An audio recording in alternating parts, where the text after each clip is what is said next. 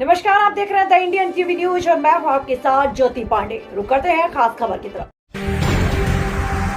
48 लाख रुपए की लागत से बनेगा विजयपुरा ग्राम पंचायत का नया भवन। कैबिनेट मंत्री शकुंतला राव ने किया उद्घाटन। नारायणपुर उपखंड क्षेत्र के ग्राम पंचायत विजयपुरा में पंचायत भवन शिलान्यास व अन्य विकास कार्यों का उद्घाटन समारोह का आयोजन किया। सभी अतिथियों का माला पहनाकर और साफा बांधकर भव्य स्वागत किया गया।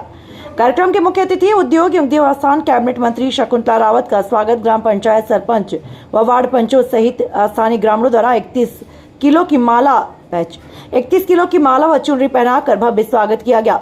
इसी दौरान कैबिनेट मंत्री नारायणपुर उपखंड क्षेत्र में सोमवार को विभिन्न विकास कार्यों का उद्घाटन एवं शिलान्यास कर उपस्थित जनसमूह को संबोधित किया।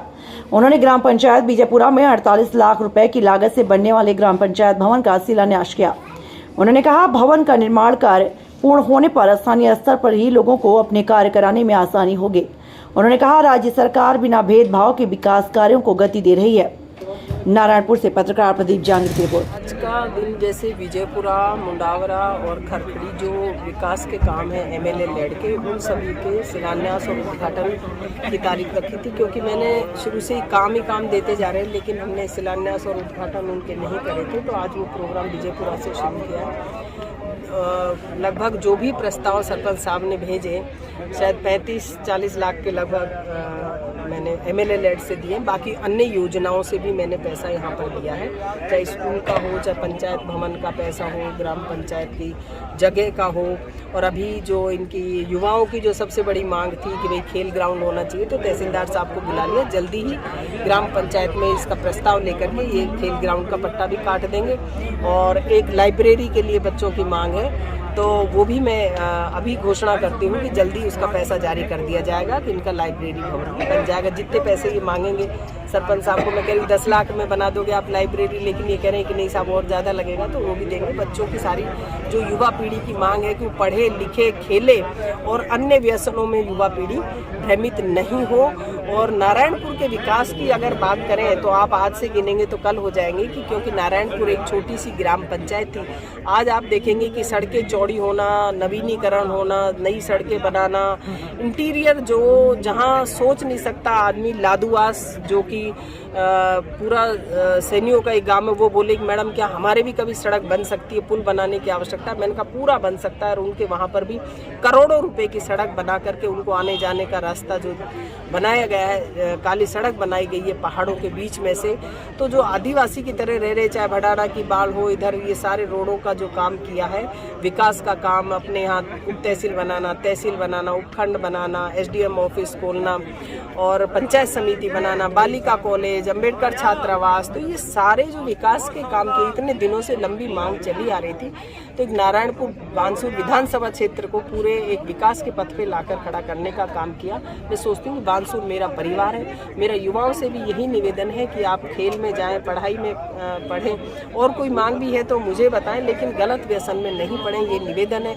आपराधिक प्रवृत्ति जो एक मोबाइलों को देख करके पूरे देश में आज इतनी बढ़ रही है, पूरे अगर अखबार खोलेंगे, आप न्यूज़ चैनल खोलेंगे तो इस तरीके की घटना आए दिन बढ़ रही हैं। तो मेरा यही निवेदन है कि अगर आपको कोई किसी भी तरीके की समस्या है तो आप आकर के हमसे संपर्क करें। और वोट देने का जो अधिकार है वो तो स्वतंत्र है, वो किसी को भी कोई वोट दे सकता है, लेकिन युवा पीढ़ी भटके नहीं, जाए नहीं, व्यसन में नहीं पड़े, यही मेरा आपके माध्यम से निवेदन है कि हम पढ़ाई की तरफ ध्यान दें, खेल की तरफ ध्यान दें, आपस में एक सदाचार की तरह। जैसे अभी ये खेल ग्राउंड बनेगा, अभी एक युवाओं ने एक बड़ा गांव की तरफ जैसे एक संगठन बना रखा है, तो वो पूरा उन्होंने साफ सफाई करके एक नया आयाम बांध भी बनाने का काम किया, खेल ग्राउंड भी बनाया। तो ऐसे युवाओं का एक युवक मंडल बने जो कि एक विकास के काम करे, बच्चों को पढ़ाने का काम करे, जिससे कि बच्चों में भी गलत आदत, ये नशीले पदार्थ खाने की, पीने की, दारू बीड़ी सिगरेट की आदत नहीं पड़े। इसलिए ये सरपंच साहब मोहन सजग है, मोतीलाल भी सजग है। तो इन युवाओं से भी मेरा यही निवेदन है कि आप इस चीज़ को बढ़ावा देवें, और यहाँ पर जो आप कहेंगे मैं वो काम करने के लिए तैयार। इतनी जल्दी लगा दिया जाएगा। सारे आप देख रहे हैं कि तहसीलदार बैठ गया, नायब तहसीलदार बैठ गया, एसडीएम बैठ गया, अब बीडीओ बैठ रहा है, तुरंत ही सारे काम होंगे। कोई कैबिनेट देखो कौन क्या बोलता है, आज तक कोई टाटा की साड़ी बनी हो मुझे तो ध्यान नहीं है। गाड़ी तो जरूर सुनी है मैंने, टाटा की 407 वो इस तरीके भी प्रोडक्ट का पता नहीं है। अगर कोई साड़ी भी बनाने की नई फैक्ट्री खुली है या पहले की उन्होंने कहीं खुलवाई होगी तो मुझे जानकारी नहीं है, लेकिन मेरे पास टाटा की साड़ी अभी तक आई नहीं है। मैंने ली नहीं है कि कहाँ मिलती है, कौन सी दुकान पे मिलती है।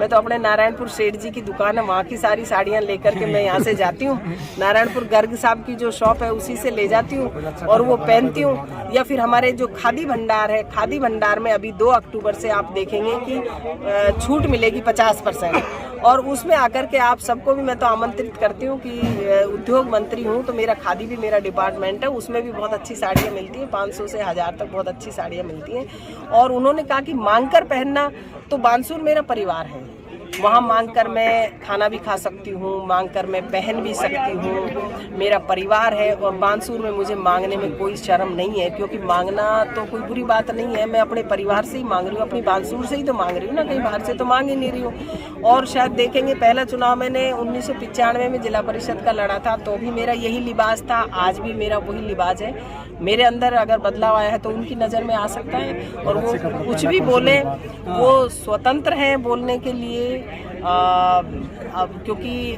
बोलना स्वयं विवेक पर निर्भर करता है, कौन क्या बोलता है। मैं तो ईश्वर से दुआ करती हूँ कि वो ऐसे ही बोलते रहें और मैं जीत कर चलती हूँ। नहीं, मेरे आने पर नहीं, कल तो मैं नहीं थी, कल भी छिड़काव हो रहा था, कल मैं नहीं थी, उसके परसों भी मैं नहीं थी।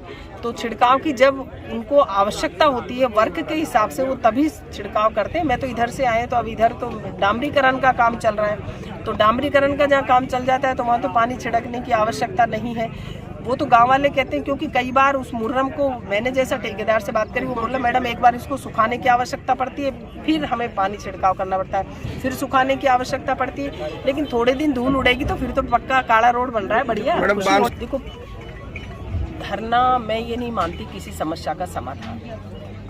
भाई रात को घटना घटी और दूसरे दिन धरने पर बैठ गए, वो उनका विवेक है। लेकिन पुलिस ने बानसूर में जो भी घटना घटी, चाहे नारायणपुर में घटी, उन सारे अपराधियों को पकड़ लिया, पुलिस प्रशासन ने पकड़ लिया सभी को। एक भी कोई ऐसा नहीं है कि जिसमें मुजरिमों को नहीं पकड़ा गया हो, सारे मुजरिम पकड़े गए हैं। जो शेष रहते हैं एक साथ कोई पकड़ में नहीं आता, क्योंकि कभी भी जब कोई संगीन जब जुर्म होता है तो एकदम से किसी को पकड़ करके पेश नहीं किया जा सकता, क्योंकि जो आदमी निर्दोष है वो फंसे नहीं और दोषी बचे नहीं।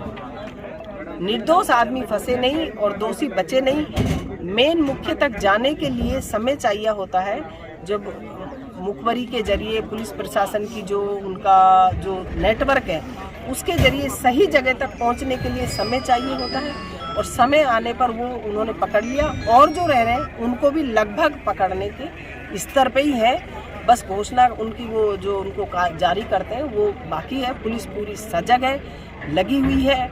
जो भी कोई घटना घटती है मैं तो उसकी निंदा करती हूँ, इसीलिए आप सभी के माध्यम से कि युवा पीढ़ी भटके नहीं। ये जैसे ही इलेक्शन का जब मूड होता है तो ये घटना इस तरीके की जारी हो जाती है, लेकिन मैं इस तरीके का मैं मानती हूँ कि मैं तो करवाती हूँ। दुखद घटना है, दुख होता है मुझे तो। बाकी तो ये आजकल जो देखें तो अगर देखा जाए तो अखबार और न्यूज़ चैनल खोलेंगे तो पूरे इंडिया में ही इस तरीके की ये घटनाएं घट रही हैं, लेकिन ये दुखद घटना है, ऐसा नहीं होना चाहिए।